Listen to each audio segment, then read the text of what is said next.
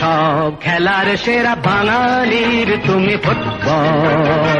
নমস্কার, ফুটবল আড্ডা চ্যানেলে আপনাদের স্বাগত। আজকে যে বিষয়ে আলোচনা করব সেটা হচ্ছে ডোমেস্টিক ফুটবলের হাল হকিকত সম্বন্ধে। বিশ্বকাপ চলছে এখন, ধুমধুমার অবস্থা। রাত জেগে সবাই খেলা দেখছেন, আমিও দেখার চেষ্টা করছি এবং বোঝার চেষ্টা করছি যে ফুটবল এখন কোন জায়গায় বিচরণ করছে। এবং আমার দেখতেই পাচ্ছেন আজকে পছন্দের জার্সি পরে বসে আছি, ব্রাজিল জার্সি। যাই হোক, কিন্তু আলোচনাটা হবে আজকে ভারতের ফুটবল সার্কিটে কি কি হচ্ছে। All India football federation, AIFF, সেটা খুব সম্ভবত নাম হয়তো পরিবর্তিত হতে চলেছে। এটা হবে ফুটবল ফেডারেশন অফ ভারত। এটা এখন যে অল ইন্ডিয়া ফুটবল ফেডারেশনের কমিটি আছে, গভর্নিং বডি আছে, সেখান থেকে পাস হয়েছে, প্রপোজালটা নেওয়া আছে। এখন ইউথ অ্যাফেয়ার্স আর sports ministry, youth affairs and sports মিনিস্ট্রিতে এটা যাবে স্যাংশনের জন্য। সেখান থেকে স্যাংশন হলে, অ্যাপ্রুভ হলে সেটা চলে যাবে ফিফার কাছে। ফাইনালি ফিফা যদি অ্যাপ্রুভ করে তাহলে নামটা চেঞ্জ হবে, কিন্তু একটা প্রপোজাল আছে। এটা একটা অল ইন্ডিয়া ফুটবল ফেডারেশন করছে। সেকেন্ড হচ্ছে এশিয়ান গেমসে ভারতীয় ফুটবল দল সুযোগ পাওয়া সত্ত্বেও এই youth affairs and sports ministry বারণ করে দিয়েছে যে ভারতীয় ফুটবল দল এশিয়ান গেমসে অংশগ্রহণ করবে না। এবং বর্তমান যে অল ইন্ডিয়া ফুটবল ফেডারেশনের সভাপতি রয়েছেন, তিনি চেষ্টা করেছিলেন ইউথ অ্যাফেয়ার্স অ্যান্ড মিনিস্ট্রিকে বোঝাবার জন্য, কিন্তু সম্ভব হয়নি। ভারতীয় ফুটবল দল অংশগ্রহণ করছে না এবং তার জায়গায় ফিলিপিন্সের জাতীয় ফুটবল দল তারা এশিয়ান গেমসে অংশগ্রহণ করবে। এটা আমার আপনার মতো যারা ফুটবল প্রেমী রয়েছে, এটা আমাদের জন্য একটা সেটব্যাক, খুব একটা বাজে খবর। মানে ফুটবলের জন্য এটা খুব বাজে বিজ্ঞাপন। দেখুন, গোয়া আগের বছর খেলেছিল, মোহনবাগান যায়নি। একটা ইন্টারন্যাশনাল সার্কিটে আমাদের বলার মতো কোনো জায়গা নেই। হতে তো পারতো যে এশিয়ান গেমসে আমরা একটা কিছু ভালো রেজাল্ট করে দেখাতে পারতাম। আমি যদি এক্সপোজার না দিই, আমি যদি সুযোগ না দিই, চ্যালেঞ্জ অ্যাকসেপ্ট করতে না বলি, তাহলে জিনিসগুলো ইমপ্রুভ হবে কি করে? এটা তো আরো, আমার মনে হয় ফুটবল আমাদের তো পিছিয়ে গেছিল, এর সাথে সাথে মানে আরো 10 বছর পিছিয়ে গেল এই সিদ্ধান্তে। আমি দর্শকদের বলবো, আপনারা অবশ্যই জানান সিদ্ধান্তটা কতখানি ভুল এবং কেন যাচ্ছে না ফুটবল দল। ফেডারেশনের তো কাজ যে করসপন্ডিং মিনিস্ট্রিকে বোঝানো, কমসে কম এটুকুনি যদি কোনোভাবে অ্যারেঞ্জ করতে পারতো যে ঠিক আছে, সেন্ট্রাল গভর্নমেন্টের থেকে ভারতীয় ফুটবল দল কোনো রকম স্পন্সরশিপ নেবে না, টোটাল যা খরচা যা কিছু হবে সেটা আমরাই করব। সেদিক থেকেও আমি তো ডামাডোল হয়ে বসে আছি, কারণ এখন অবধি যে আমাদের লিগের পার্টনার কি হবে সেটাও, মিডিয়া পার্টনার কে হবে বা আমাদের মেইন যে স্পন্সর পার্টনার কি হবে সেটাও ঠিক নেই। এখন অব্দি এইটুকুনি ঠিক আছে যে ক্লাবগুলো আইএসএল চালাবে, এটা তো আপনারা সবাই শুনেছেন। তাতে আবার সেই যে গ্রুপটা, তার মধ্যে আবার ইস্ট বেঙ্গল নেই।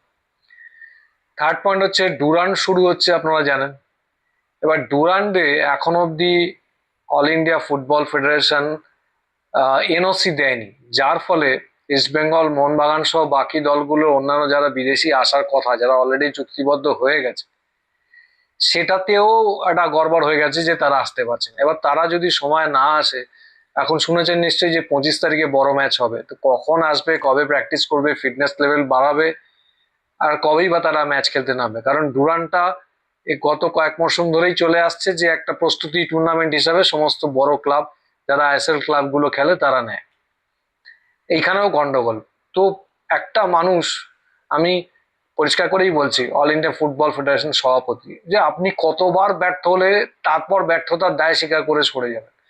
এতে যদি আমরা হতাম, মানে আমি বা আর যারা ফুটবল প্রেমী হতাম, তারা যদি এতবার ব্যর্থ হতাম, আমরা বোধহয় স্টেপ ডাউন করে যেতাম। আমরা বোধহয় বলতাম যে থাক, দরকার নেই, অনেক হয়েছে, আমি যখন পাচ্ছি না আর কেউ আসুক, সে ভালোভাবে চালাক। মানে কি বলবো, মিনিমাম লজ্জাটুকুনি যদি থাকতো, তাহলে অ্যাটলিস্ট এই এশিয়ান গেমসে ব্যর্থতার পরে টিমই পাঠাতে পারছে না, তার উচিত ছিল সেখান থেকে সরে যাওয়া।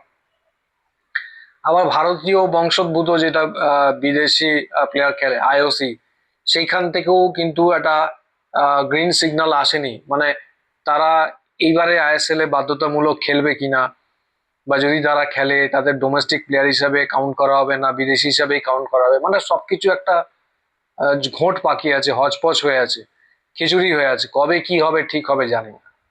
এবার আসি ডুরান্ডের কথায়। ডুরান্ডে 6টা গ্রুপ হয়েছে, বিভিন্ন জোনে খেলা হবে, সব ঠিক আছে, কিন্তু গতবার থেকে দেখছি মোহনবাগান আর ইস্টবেঙ্গলকে এক গ্রুপে রাখছে। বাকি দলের প্রতি সম্মান জানিয়েও বলছি, ভারতবর্ষের ফুটবলে মোহনবাগান আর ইস্টবেঙ্গল একটা 100 বছরের ওপরে খেলা ক্লাব, তারা এত সেবা করেছে, তাদেরকে এক গ্রুপে রাখার অর্থ কি? মানে আহ ডুরান্ড কমিটি কি এটাই চাইছে যে বেঙ্গল থেকে তাহলে একটা টিমই কোয়ালিফাই করবে? আগে আমরা প্রায়ই দেখতাম, 8-এর দশক 9-এর দশক, ইভেন 2000 সালেও দেখা গেছে যে এদিক থেকে হয়তো জিতে মোহনবাগান উঠেছে, ওদিক থেকে ইস্টবেঙ্গল উঠেছে, দুটো বড় টিমের ফাইনাল হচ্ছে। তো এটা কি ইচ্ছাকৃত ভাবেই চাইছে না ম্যানেজমেন্ট যে মোহনবাগান বা ইস্টবেঙ্গল ফাইনালে উঠুক বা খেলুক? আলাদা গ্রুপে দিতে অসুবিধা কোথায়? জানি না কি পদ্ধতিতে লটারি হয় বা কারা কোন চিন্তা ভাবনা থেকে এগুলোকে করছে। কারণ দেখুন, 6টা টিমের চ্যাম্পিয়ন যারা, তারা যাবে ডাইরেক্ট, 6টা টিম চলে এলো। এবার 6টা গ্রুপের যারা চ্যাম্পিয়ন টিম তারা চলে যাবে ডাইরেক্ট সরাসরি কোয়ার্টার ফাইনালে। এবার 6টা গ্রুপে যারা রানার হবে, মানে সেকেন্ড পজিশনে আসবে, মানে 6টা রানার আপ টিম থেকে মাত্র 2জনকে নেবে। তাহলে সেখান থেকে দুটোকে নিয়ে হবে 8জন, কোয়ার্টার ফাইনাল, সেমিফাইনাল, তারপর ফাইনাল। তো বাই চান্স যদি কোনো একটা ম্যাচে বা কিছুতে মোহনবাগান ইস্টবেঙ্গল দুজনাই তো টপ করতে পারে না, কেউ না কেউ তো এক গ্রুপে বা দুই হবে, তাহলে আর একটা টিম কি ফুটে যাবে? আমি জানি না এইটা পিছন দিকে কি খেলা চলছে, কেন মোহনবাগান ইস্টবেঙ্গলকে শুরুতেই লড়িয়ে দেওয়া হচ্ছে। এবং এটা তো ফুটবলের ক্ষতি এখনো অবধি।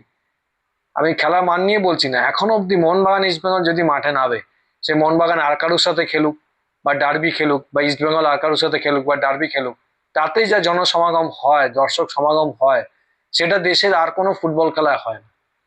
এটা যাদের মানতে অসুবিধা আছে বা যারা বুঝতে পারে না তারা কিভাবে ফুটবলটা চালাচ্ছে, আমার তো আইডিয়া নেই।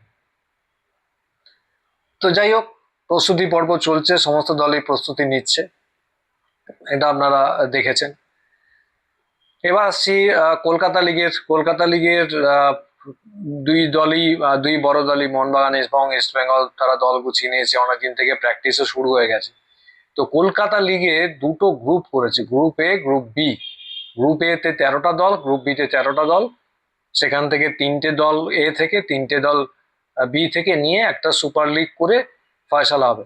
এখন প্রশ্ন হচ্ছে, লিগ যখন, কলকাতা লিগ বা Calcutta football league, CFL league যখন, তখন গ্রুপ কেন?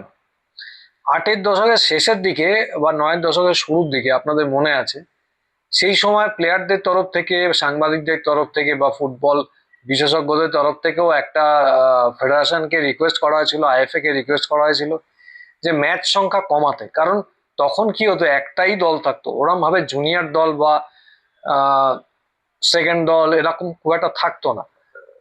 এবং সেই প্রথম দলটাই সিএফএল খেলছে, ম্যাকডওয়েল একটা কাপ হতো সেটা খেলতো, অল ইন্ডিয়া এয়ারলাইন্স ট্রফি সেটা খেলতো, নাগজি, কলিঙ্গ কাপ, তারপরে Bordoloi, Rovers, shield, Durand, federation cup, মানে অনেকগুলো খেলা খেলতে হতো।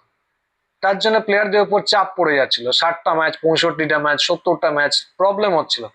মনে আছে আপনাদের হয়তো, যারা মাঠে যেতেন সেই সময়, একটা সময় ওই কুপন সিস্টেম চালু হয়েছিল যে 45টার বেশি ম্যাচ, যারা বিশেষ করে ভারতীয় প্লেয়ার, আচ্ছা এই যে এতগুলো টুর্নামেন্ট বললাম, তারপরে ভারতবর্ষের হয়েও খেলতে হতো, সেটা আলাদা ছিল।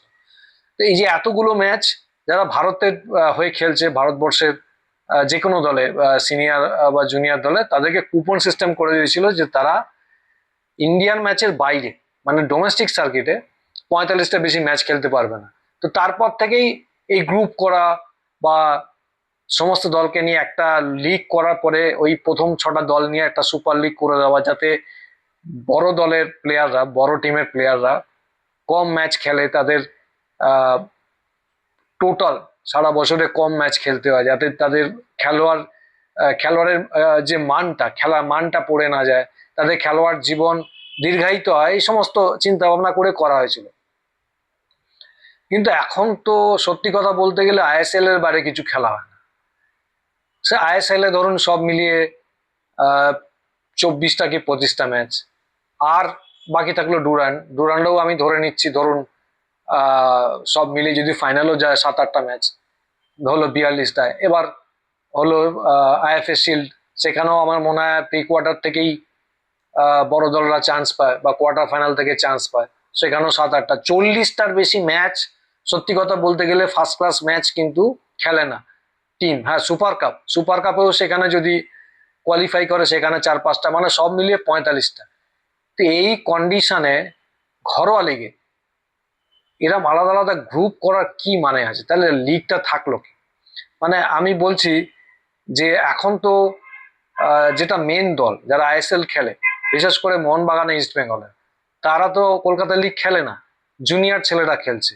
এছাড়া যারা অন্যান্য ক্লাব আছে, ইউনাইটেড হতে পারে, ডায়মন্ড হারবার এফসি হতে পারে, মোহামেডান স্পোর্টিং, এরা তো আই লিগ খেলবে, কিন্তু এদেরও সেই স্কোপ তো কম, বেশি ম্যাচ খেলার স্কোপ তো কম। বাকি অফিস টিমগুলো এখানে যারা খেললো, আর তাদের যেমন ব্যাংকের যদি কোনো দল থাকে তাদের ব্যাংকের নিজস্ব টুর্নামেন্ট, বা পোর্টের নিজস্ব টুর্নামেন্ট, বা এই ধরনের, মানে আমি বলছি অফিস টিমে যারা আছে তাদের তো ওই লিমিটেড অ্যাক্সেস, মানে কলকাতা লিগ হয়ে গেল, তারপরে এক প্রকার সে সমস্ত প্লেয়াররা ফ্রি হয়ে যায়, আর অফিস লিগে যেটুকুনি খেলা আছে সেটা।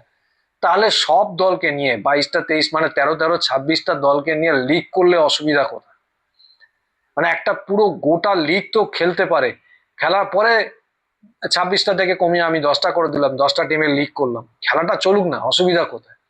আমি জানি না ফেডারেশন কেন এই সমস্ত নিয়ে চিন্তা ভাবনা করছে না। মানে আমি আইএফ এর কথা বলছি, কারণ কলকাতা ফুটবল তো আইএফ এর নেতৃত্বে হয়। তো আপনারা বলবেন যে আপনাদের কি মতামত, যে কটা পয়েন্ট আমি রাখলাম সামনে। এছাড়া কলকাতা ফুটবল লিগের যদি একটা নাম দেওয়া যায়, নাম মানে আমি কোনো নির্দিষ্ট নাম বলছি না, কোনো প্রাক্তন ফুটবলারকে শ্রদ্ধা জানিয়ে এক এক বছর যদি এক একজনের নামে কলকাতা লিগটা করা যায়। যেমন আমি বলছি যদি এরকম করা যায় যে চুনি গোস্বামী কলকাতা ফুটবল লিগ, চুনি গোস্বামী সিএফএল, তা এক বছর চুনি গোস্বামী থাকলেন, নাম থাকলো, পরের বছর আর কেউ ইস্ট বেঙ্গলের সাইড থেকে একজন, কেউ মোহামেডানের সাইড থেকে একজন, কেউ বড় বড় দিগ্গজ প্লেয়ার যারা আমরা খেলা দেখতে পারিনি, শুনেছি খালি, যারা ভারতবর্ষের ফুটবলের গর্ব, তাদেরকে দিয়ে তো আমরা একটা শ্রদ্ধার্ঘ পালন করতেই পারি। এবং প্রতিটা ম্যাচে, বিশেষ করে বড় ম্যাচে বলবো, বিশেষ করে কিছু কিছু ম্যাচ তো যারা এখন প্রাক্তন খেলোয়াড় যারা এখনো জীবিত রয়েছেন, সুব্রত ভট্টাচার্য, মনোরঞ্জন ভট্টাচার্য, মানস ভট্টাচার্য, বিদেশ বসু, অলোক মুখার্জি, এদের এক একজনকে ডেকে সিম্পল এক একটা ম্যাচ এদের নামে করে দেওয়া যায়, যে আজকের এই ম্যাচটা হচ্ছে এদের নামে, এই ম্যাচটা হচ্ছে, তাদেরকে একটুখানি ছোট করে সম্বর্ধনা দেওয়া। দেখুন, প্রাক্তনকে আমরা যদি সম্মান না জানাই তাহলে কিন্তু ভবিষ্যৎ কখনো মধুর হতে পারে না। মানে যারা একটুখানি জুনিয়র আমার থেকে, তারা কিন্তু আমার মনে হয় না বাইচুং ভুটিয়ার ওই পাশটায় আর ও পারটায়, তারপর তার আগের ফুটবলারদের নাম জানে, বা আমাদের যে গৌরবময় একটা ভবিষ্যৎ ছিল, মানে গৌরবময় একটা পাস্ট যে ছিল ফুটবলে, আমরা যে অনেক হাই লেভেল, উঁচু লেভেলে খেলতাম, প্রশান্ত ব্যানার্জি, কৃষাণু, প্রসূন, এই যে বল প্লেয়াররা ছিল, আমাদেরও মেসি ছিল, সেইটা হয় জানে না। এইরকম ভাবে যদি কিছু একটা পরিচিতির ব্যবস্থা করে দেওয়া, তা আমার তরফ থেকে আমি প্রপোজাল রাখলাম। আর যারা ভিউয়ার্স আছেন, দেখছেন, যদি ভিডিওটা ভালো লাগে অবশ্যই লাইক করবেন এবং আমার চ্যানেলটা সাবস্ক্রাইব করবেন। আপনার বন্ধু যারা ফুটবল প্রেমী তাদের কাছে অবশ্যই পাঠিয়ে দেবেন, এবং অনুরোধ করবেন যারা যেন ভিডিওটা দেখে, শেয়ার করে এবং চ্যানেলটা সাবস্ক্রাইব করে। ভিডিওটা দেখার জন্য অনেক অনেক ধন্যবাদ। নমস্কার।